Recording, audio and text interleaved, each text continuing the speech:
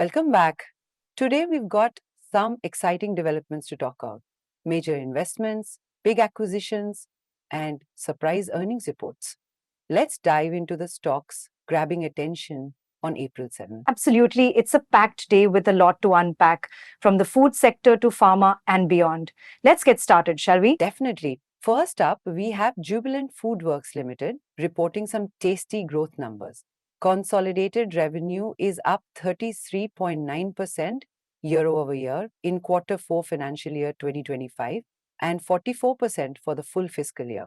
What's cooking with them? Well, their Domino's India same-store sales are up by a solid 12.1%, which is driving a lot of that growth. Plus, they've been aggressively expanding 52 new Domino's stores in India in just one quarter. Seems like everyone's craving pizza, Yeah, I mean, who doesn't love pizza? But 52 stores in a quarter, that's like a new store opening almost every other day. How many stores do they have now? Their group network now boasts 3,316 stores with 56 net additions. The expansion is impressive and clearly impacting their top line. Okay, moving on. We have Tamilnad Mercantile Bank Limited.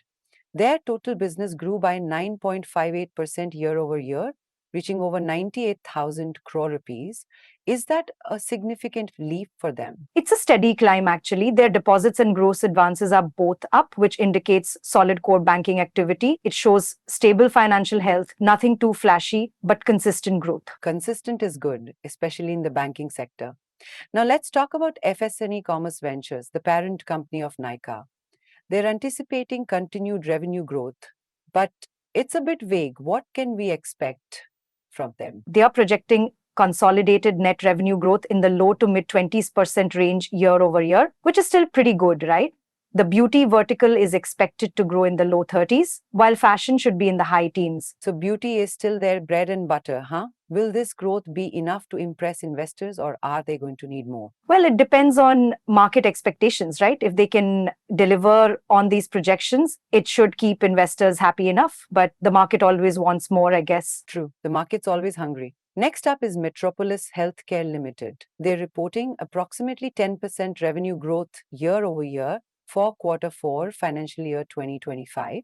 That sounds decent, but what's the catch? B2C revenues are actually up about 14%, which is the real driver. However, their operational EBITDA saw a marginal decrease due to increased material cost. So high revenue, but slightly less profit. Right, so they're making more money, but spending more to do so. And I mean, they're debt-free with about 112 crore rupees in cash reserves, which sounds pretty healthy. Exactly. Staying debt-free is always a plus. It gives them flexibility for future investments or acquisitions. Now let's move on to pharma with Aurobindo Pharma Limited. Yes, Aurobindo Pharma's Curatech Tech Biologics got EU marketing authorization for their Dyrupeg biosimilar. What exactly is Dyrupeg? It's a pegylated filgrastim biosimilar. In layman's terms, it's basically a generic version of a drug that helps boost white blood cell counts, often used in cancer treatment. Getting EU approval is a big deal because it allows them to market it across the European Union. And that sounds like a significant market opportunity. So this approval came after a positive opinion from the Committee for Medicinal Products for Human Use,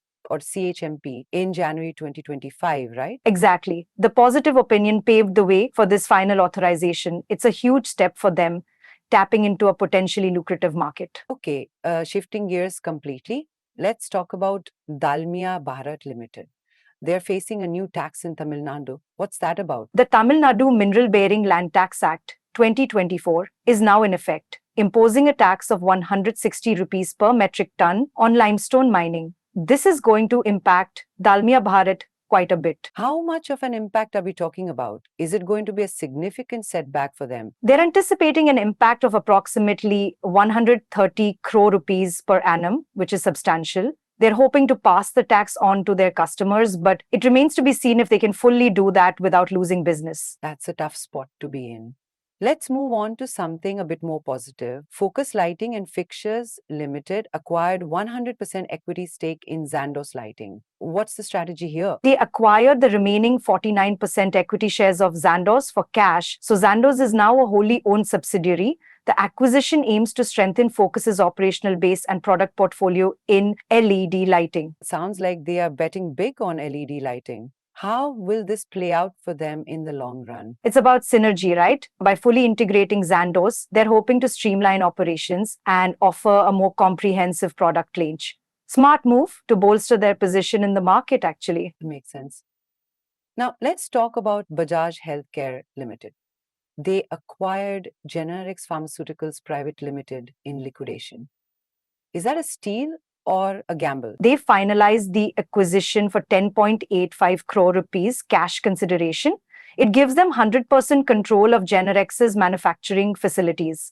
The gamble is that they need FDA and other regulatory approvals to actually manufacture pharmaceutical formulation products there. So it's a bargain with a big if. Still, the acquisition is expected to expand Bajaj Healthcare's business, right? Exactly. It has the potential to significantly boost their manufacturing capabilities, assuming they get all the necessary approvals. Hope they get the approvals then.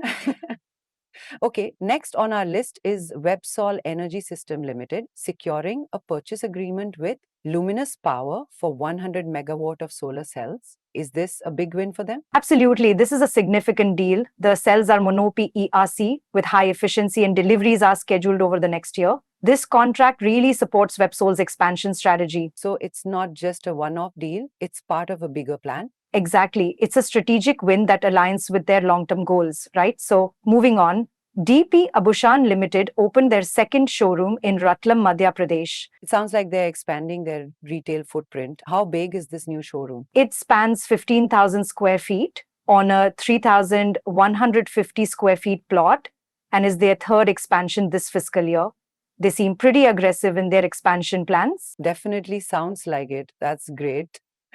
Now, switching gears completely, let's talk about Swiggy Limited. They received a professional tax order from Pune. What's the story there? It's quite a hefty order, actually. 7 crore 59 lakh 86,813 rupees for the period April 2021 to March 2022. It's related to an alleged violation concerning deduction of profession tax from employee salaries. That sounds like a compliance issue. I mean, how are they planning to handle it? Swiggy intends to file an appeal against the order, so they're not taking it lying down. It's a significant amount of money, so they'll definitely fight it. Yeah, that's a lot of money. Next up is Vodafone Idea Limited, also facing a regulatory issue. They received a Customs Act order from Chennai. What's that about? This order includes a penalty and redemption fine totaling over 80 lakh rupees. It's related to alleged misclassification of goods and denial of exemption, it seems. So it's another compliance headache. What's their next move? They're planning to pursue legal action against the order. It's a similar situation to Swiggy, where they believe they've been wrongly penalized. Seems like a lot of companies are having trouble with compliance lately. Last on our list is GMR Airports Limited. They incorporated a new entity in Saudi Arabia. What's the deal there? GMR Airport Developers Limited created a wholly owned subsidiary in Riyadh called GMR Airport Developers Limited LLC. The capital is relatively small, but it allows them to provide business and management consultancy services in the region. Seems like a good strategic move, right? How does it fit with their existing business? It aligns perfectly with their existing airport-related business. They're looking to expand their consulting services in the Middle East, which could open up new opportunities. Disclaimer, we advise investors to check with certified experts before taking any investment decisions. Well, that's quite the wrap up. I mean, from Jubilant FoodWorks' tasty growth to regulatory headwinds for Swiggy and Vodafone Idea, there's a lot happening in the market. Before we wrap up, don't forget to like, share, and subscribe. Absolutely. It's a mixed bag of earnings, acquisitions, and regulatory challenges. It'll be interesting to see how these stocks perform in the coming days. Will Dalmia Bharat manage to pass on the tax? Can Bajaj Healthcare secure those crucial approvals? Time will tell. Time will indeed tell. It's important to keep an eye on these companies and their developments. Thanks for tuning in, everyone.